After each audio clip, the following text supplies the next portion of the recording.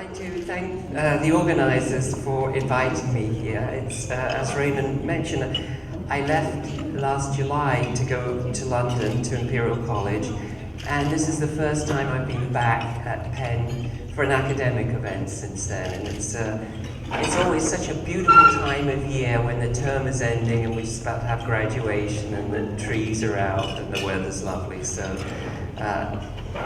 it's just lovely to be back. Now, Olivia asked me to talk about financial market reform and the future of pensions.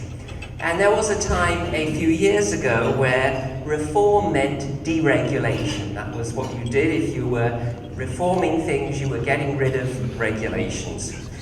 And of course, today it's the complete opposite. Reform means you're introducing regulations and tightening things up.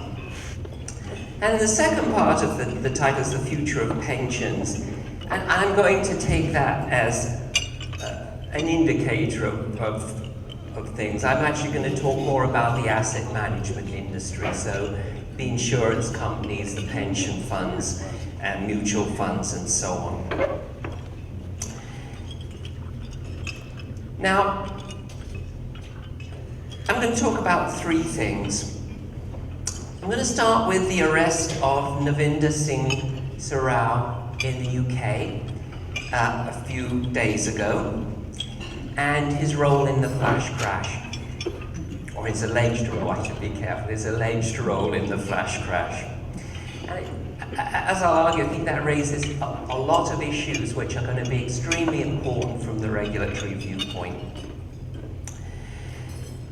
Now then I'll go on to talk about the issue of whether asset managers pose a systemic risk. And that, of course, is something which in the industry has become a very hot topic and a very important one. And then finally, I'll combine this issue of regulation with the fact that we now, particularly in many parts of Europe, have widespread negative interest rates and what that's going to do with the industry. And I think all of those things have a very important implication for the future of pensions. Let's start with Mr. Sarao.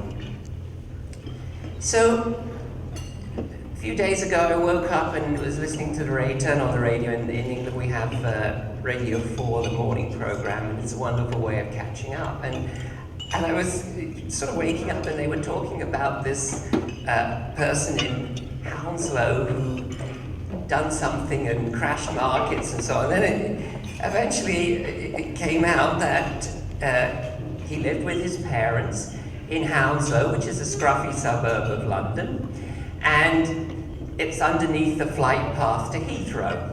And what he'd done in this house, he was a day trader basically, except he was using CME hours, so he's actually sleeping from 4 in the morning till 12 noon, because that was what they would be doing in Chicago. So he's basically trading S&P E-minis.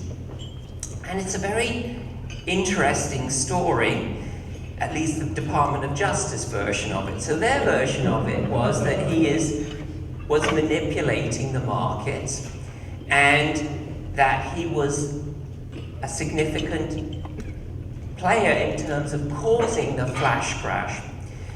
Now, if you remember, what happened in the flash crash was that on May 6, 2010, over 20,000 trades across more than 300 securities were executed at prices more than 60% away from where they were a few minutes before. Many stocks traded at a penny, and many other stocks traded at $100,000 a share. Now, this was a very chaotic time, and it took about 20 minutes before the markets righted themselves and prices went back to something resembling normality. They actually ended up down a few percent on the day, so it had a bad effect. Now, one of the interesting things is that if you make a trade in most markets, it's a trade, there's no way of getting out of it. But one of the things that they did here was subsequently they cancelled many of these trades.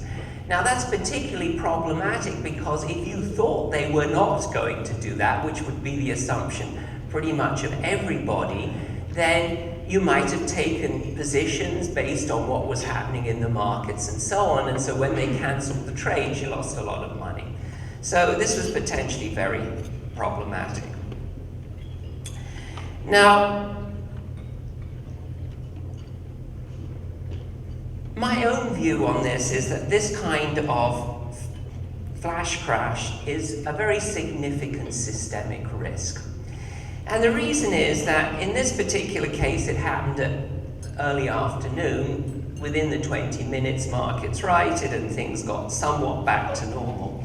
But if this had happened at 2 minutes to 4, then we would have ended the day with these prices of a penny and $100,000 on many of these stocks, and that would have been the things that the mutual funds and all the other institutional assets and so on were priced at. There may have been many bankruptcies, a lot of very bad things could have happened. So it is something that, in my view, we need to worry a great deal about. Now, there was an investigation by the SEC and the CFTC, and they pointed to a very large trade by an institutional trader in the S&P 500 E-mini market. And they put in place circuit breakers, and that was the main thing that they did. Now, circuit breakers prevent stocks from falling more than a certain amount. And there are costs associated with those because there are going to be times when they are triggered when prices are falling for very good reasons. And what they're effectively going to do, for example, just to give one example, is if you have a dynamic trading strategy to try and create some form of insurance, then you're not going to be able to execute that. So dynamic trading makes markets complete. Things like circuit breakers stop that. So that has costs. So life went on. There's debate about the role of high-frequency traders. And now, several years later, we get the Department of Justice going to the UK and asking for the extradition of Mr. Sarau. Now, the mind boggles at what must have happened when the police went to the door and knocked on the door and said, "We're here and we're going to arrest you and we're going to then take you for extradition. And then you're going to have to, if that succeeds, go to Illinois and face potentially very serious prison sentences if he gets convicted." And I think,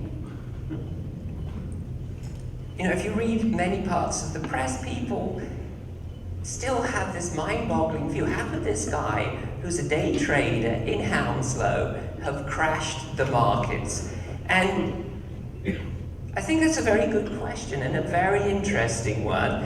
And hopefully the Department of Justice is going to give some of their evidence. If the case just settles, then it's going to be a great pity for us as academics. The story is, and again there are relatively few details, that somebody in a law firm put in hundreds of hours of work analyzing the data and so on, and helped the Department of Justice come up with this case. But of course the Department of Justice is a very serious institution, and they wouldn't take this step unless they could presumably believe that they can prove their case in court. Now,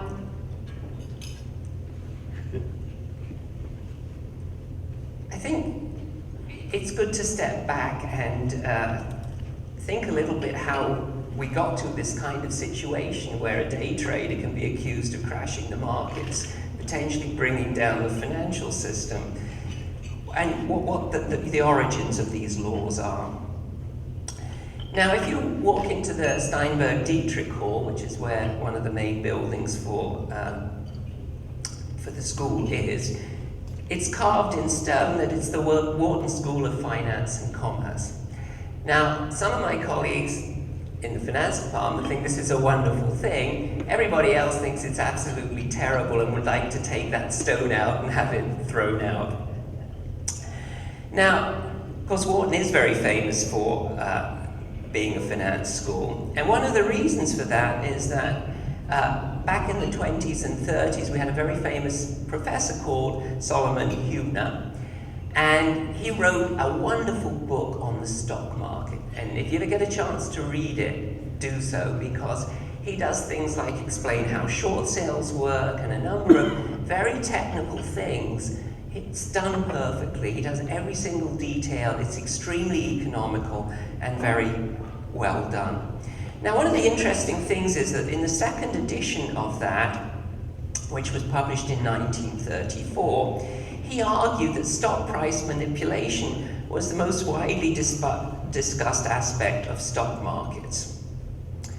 Now, what had happened after the great crash in 1929 was that many people couldn't quite understand why stock prices had fallen so much, and so they held hearings, the Senate Committee on Banking and Currency, and they had uncovered many abuses, and one of the most important abuses was stock price manipulation. And there are a number of different aspects to that. So the first one was action-based manipulation. And a good example of that was the actions of the managers of American Steel and Wire Company, which later became US Steel and then after that USX. And in 1901, what the managers announced was that they were closing many of the steel mills because the business wasn't doing well.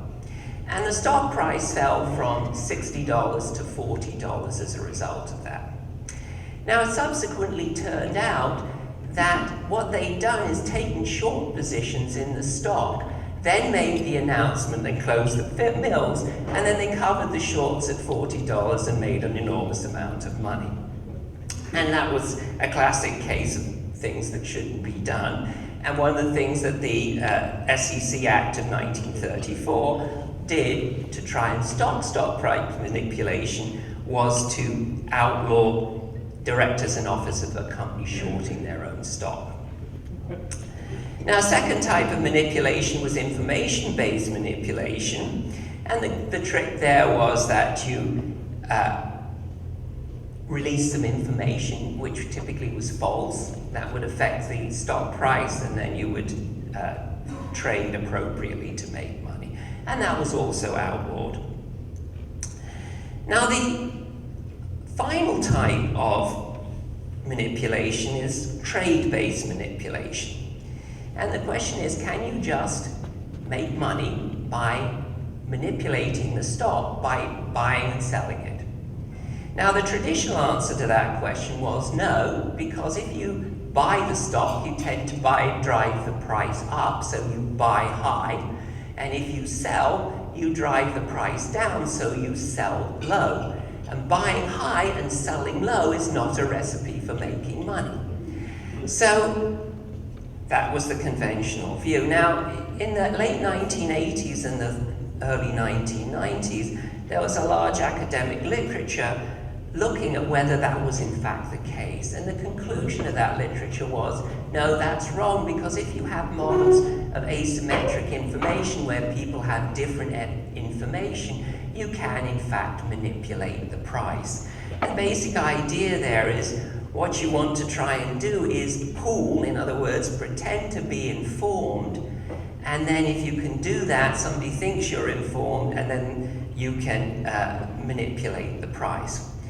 And this is what Mr. Sorrell has apparently done. He used these techniques of spoofing and so forth, which was to submit false orders and then not execute them. And it seems that he actually figured out how to get high-frequency traders to withdraw from the market. Now, if a lot of people withdraw from the market, then you have very low liquidity, and in those kinds of situations, prices can move in a very volatile way. In other words, financial markets are very fragile. And this is what happened on the flash crash, and I think this is what the Department of Justice is going to argue in their case, that basically he was able to manipulate the market by getting many traders out, and then it became a thin market and caused problems. And one of the interesting things that was made a lot of actually in the days after it, that here was a rogue trader, but unlike the standard rogue traders like the London Whale and so on, who we're used to, who lose enormous amounts of money, this guy actually made $40 million doing this. And one of the things that he I think probably will end up going to jail for is he set up companies in the Cayman Islands and places to avoid taxes. So the UK is a lot more lenient than the US, but they may well get him on that in the end.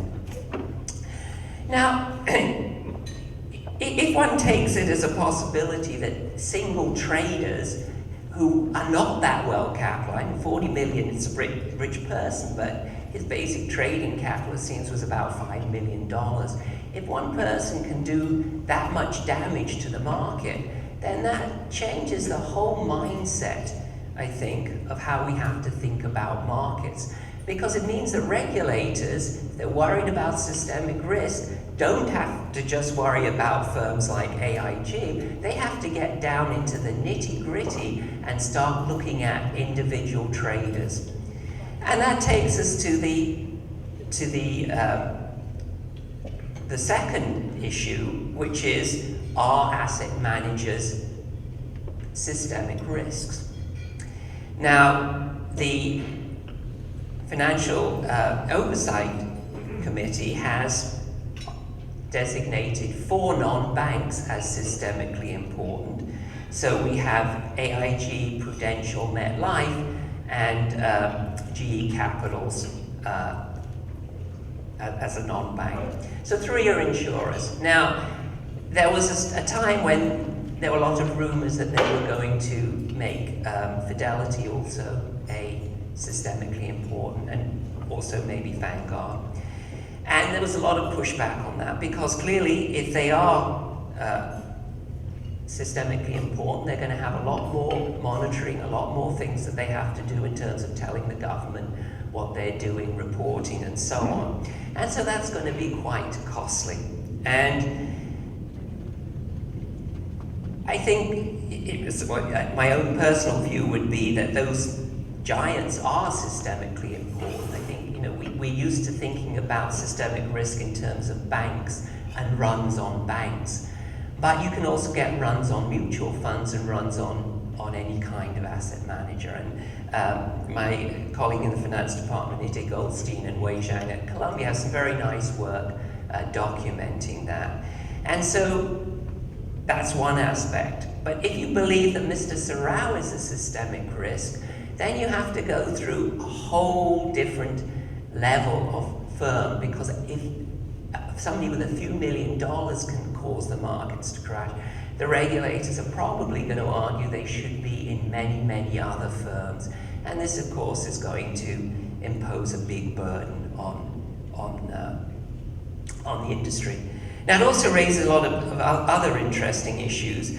In some ways, the Department of Justice was very lucky that Mr. Sorrell was located in the UK, which to some extent has similar laws on things like manipulation and so on. In the future, I presume they're going to move to countries where there are no securities laws, which are many, and they can also own seats on the Chicago Mercantile Exchange and do all of those things. So quite what is going to happen in terms of extraterritoriality and all those things is, again, a fascinating issue.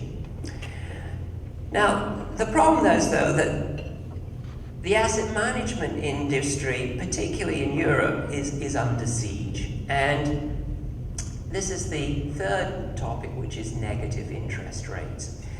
Now, this is an astonishing development, I think, over the last year or so. And the peak so far was the primary issue of 10-year bonds by the Swiss government at a negative yield. And this is really astonishing that a government can issue a 10-year bond at a negative yield. Now, the big question today, of course, is when is it that the 10-year Bund is going to go negative? Now, it was down at 5 basis points a few days ago. Since then, it's rocketed up to about 20 basis points. So, big rise. And it's an interesting question, which way the market's going to go. Is it going to go so that yields go down because we're in a recession, or do they actually believe the ECB is going to succeed and get inflation up, in which case, presumably, bond yields will go up. But the last time I saw statistics of this side, something like a quarter of Eurozone government debt is now negative yields. And that's a terrible place to be. Now, we've seen this somewhat before in Japan. Now, Japan hasn't had negative yields yet, but it's had very, very low yields for many, many years. And when they started out, it caused enormous problems, particularly for the life insurance industry, because they made many promises of things like a 5% return, but if you're getting 50 basis points on a 10-year JGB, you can't deliver those kinds of promises. They would have gone bust, is my understanding, but fortunately the Japanese government changed the law and allowed them to break the contracts without going bust. Now the big issue, I think, for Europe is, presumably there are many contracts out there which have similar kinds of promises. And it's fine to go a month, 2 months, a year, maybe 2 years. But if we go the way of Japan and we have these low interest rates and negative yields for more than a year or two, we're going to have huge problems in the industry. And I think that this is something that central banks need to start thinking about. They, in my view, focus much too much on unemployment and inflation. And those are important things, obviously. I wouldn't want to downgrade them. But if you destroy the asset management industry, we're going to have a much bigger long-term problem. Because ultimately, it's the asset management industry that decides who gets the funds, which industries are going to prosper, when we're going to have jobs created and growth and all the things that we think of as being good for the long run. And at the moment, what these policies are doing is destroying that. And I think they need to think carefully about that. So let me conclude. I think we're in this very nasty position where asset management is systemically risky. It needs to be regulated. It's difficult to see a way around that when you see things like the flash crash and other potential problems. But if we don't get interest rates up soon, then we're going to have a big problem. So I guess Barbara ended on a negative note, and I guess I am too, but that's the way the world is at the moment in our industry. But let's hope they realize and put rates up soon.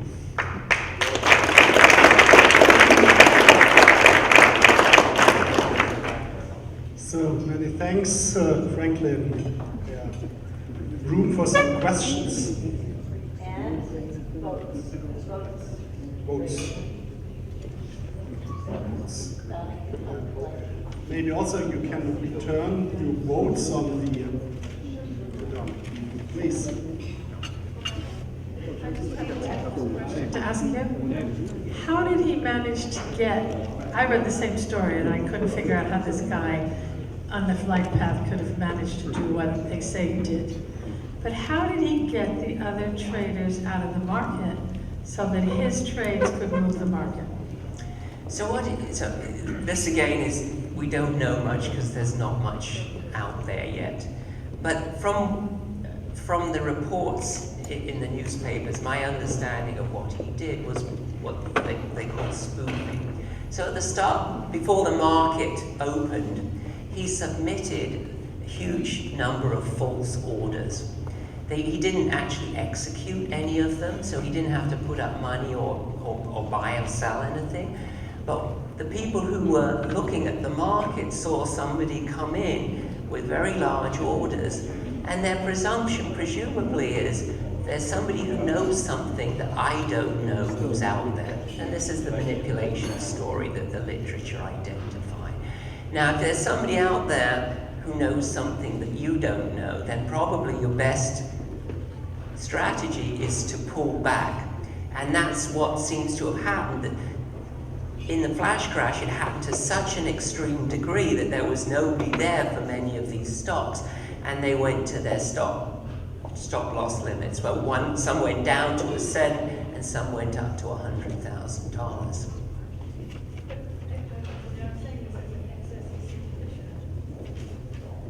Put in orders and you don't execute just that bit. Is that against the law? So that's spoofing in the US, is my understanding. You know much better than me, but my understanding it is illegal. Because it's illegal to. But they don't actually enforce the laws. Because that makes it every time you put in an order, you have to complete. Right, but so they haven't been enforcing that properly is the first thing. They did actually go, as the stories in the papers report, they did go and say you shouldn't be doing this, but it seems that they didn't actually throw them out or do any of those things. And one of the interesting things is apparently in the UK spoofing is not illegal, so they may have problems with that count with the extradition. Right, they'll get them on track.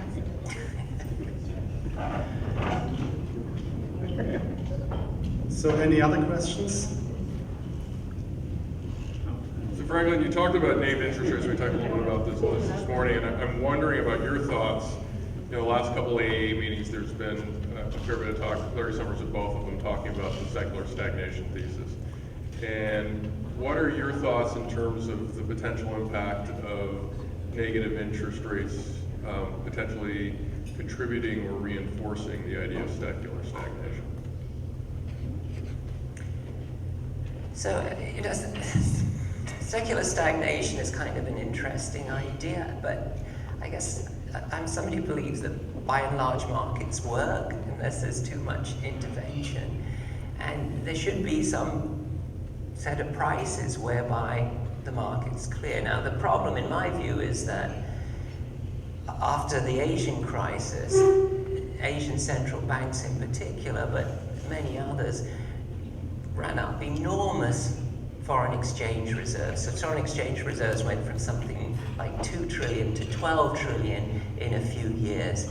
And because of the way that the international financial architecture is set, with the dollar as the predominant currency that you have to put foreign exchange reserves in, a large proportion of that money ended up back in the US. And of course in the US, there aren't that many productive projects. So what's happening is you've got money coming from some of the most productive countries in the world, like China, Korea, Taiwan, and so on, coming back to the US and some of it to Europe, in euros, of course, and then various other places. But then we get these massive asset price bubbles. They collapse. We have all the systemic problems and the crisis and so on. So that's the problem. And then it's being compounded because the central banks go and print money and go and buy up assets. So now we've got trillions and trillions of hot money in the world. And it's no wonder that people have this imbalance, because everybody's terrified that when it goes away, prices are going to go back to where they were. And you've got to just keep your money hunkered down until things become safe. And a good example of that's what happened with the Swiss National Bank. So they put in place the cap at 120, and exchange rate quickly went there. Then they said, we're going to do whatever it takes, we're going to put as much money as it takes to do it, but of course it's too risky to do that. They got up to 80% of GDP in foreign exchange reserves, and they decided it's too risky. So they took it off. The price went back to exactly where it was before they put the cap in place, and then the world goes on. They lost about 15% of GDP from that episode. And I think the same question's there with quantitative easing. When we get back to normal, whatever normal is, where are stock prices going to be? Where are bond prices going to be? And how do we get from where we are today to there without losing all our money. And this is the problem. It's not really a secular stagnation problem in my view. It's this problem that people have great uncertainty about what's happening. And we're now in a world which we've never really been in before. No, we've never seen negative rates except in very bizarre circumstances. But never having a country doing a primary issue on a 10-year bond with a negative yield. So you characterize it more as extreme, sort of perverse characteristic of a risk function, or risk version? So my view is that they've done the wrong kinds of policies. I think it's fine to intervene in the height of the crisis for a few months, but 5, 6, 7, 8 years later, should they still be doing this? Well, if we live in a market economy, my view is, you've got to let markets work at some point. You can't distort everything and then expect things to get back to normal. One more question? David? So that kind of begs the question, what do you think people should be doing now? If you think interest rates what can you do in the EU? And more specifically, do you think this is still part of the Greek problem? Is this exacerbating it, or? So I think it's exacerbating. I think there are lots of problems going on, and Greece is exacerbating it. And when I get asked this question, my traditional answer is, go buy good property in Tuscany, because it's very nice to consume, and it's still going to be there 100 years, 200 years from now. It's going to be a wonderful place to live. So that's why I think property in many countries is doing so well. You have a big savings problem if you're going to be there 100 years. No, but hopefully my children's children will be. So maybe, Franklin, I have a last question maybe. So you talked about systemic risk, and systemic risk, usually you think about this is a bank run, something which is happening in the short run because of a bubble and so on. But now this night we are talking about pension, and you turn this to the asset management industry, you are talking again about fund runs and so on. But maybe is it time to think over, to redefine what is a systemic risk, not only in the short run, to have these runs on banks, but maybe, 2 years in pension is nothing, but if it happens for 2, 3, 4, 5 years, it could be really a disaster for the economy. No, I think it is. Think if you look at Japan. Japan was one of the most competitive countries in the world, and it's gone, and one of the fastest growing. And here we are, 15 years of basically zero interest rates. Everybody puts their money in the bank. The asset management industry is basically gone, except it's the life insurers a bit. And they're not competitive anymore because there isn't this whole industry out there looking for good investments and deciding who should get funds or not. So it is a big systemic problem in the long run too.